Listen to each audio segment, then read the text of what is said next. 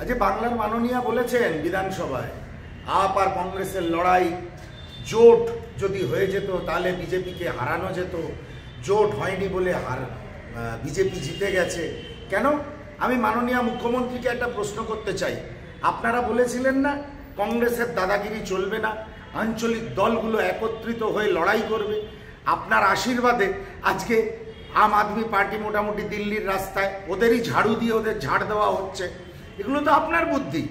কি করে বিজেপির হয়ে বিভিন্ন রাজ্যে যাবে, ভোট কাটার কাজ করবে। আপনি যেরকম ত্রিপুরা, মেঘালয়, আসাম সব জায়গায় গিয়ে ভোট কেটেছেন। অরবিন্দ কেজরিওয়ালও চলে গেছিল হরিয়ানাতে, গুজরাটে গিয়ে 13% ভোট কেটেছিল। দেখুন, একটা পরিষ্কার কথা, 2011 সালে বাংলার মাননীয়া কংগ্রেসের ঘাড়ে পা দিয়ে যদি ক্ষমতায় না আসতো তাহলে ডোল পলিটিক্স করে 2024-2026 অব্দি টেকা যেত না। এই আঞ্চলিক দলগুলো যাদের না আছে কোনো নীতি, না আছে কোনো আদর্শ, এরা হচ্ছে সুযোগ সন্ধানী। এরা বিজেপির হয়ে পর্দার পিছন থেকে অপারেট করে। যেমনি বাংলার মাননীয়া তেমনি অরবিন্দ কেজরিওয়াল।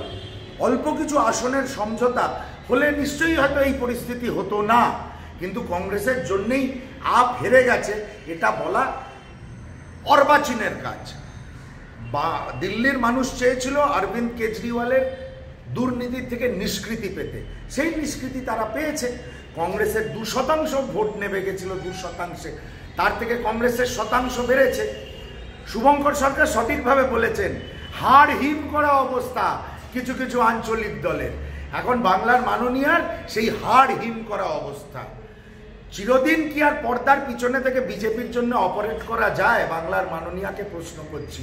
একবার ভেবে দেখবেন কেন আপনি কংগ্রেসের ভোট কাটার জন্যে গোয়া থেকে অরুণাচল, আসাম থেকে ত্রিপুরা সব জায়গায় দৌড়েছিলেন। যা অরবিন্দ কেজরিওয়াল, তাহাই এই বাংলার মাননীয়া। দুজনেই একটা কয়েনের এপিট আর ওপিট, বিজেপির হয়ে অপারেট করছেন। সেই জন্য কংগ্রেসের দিকে আঙুল তুলবেন না। কংগ্রেসের প্রতি কৃতজ্ঞতা রাখুন। 2011 সালে কংগ্রেস না থাকলে, কংগ্রেসের সমর্থন না থাকলে আজকে বাংলার মাননীয়া বাংলার মুখ্যমন্ত্রী হতে পারতেন না।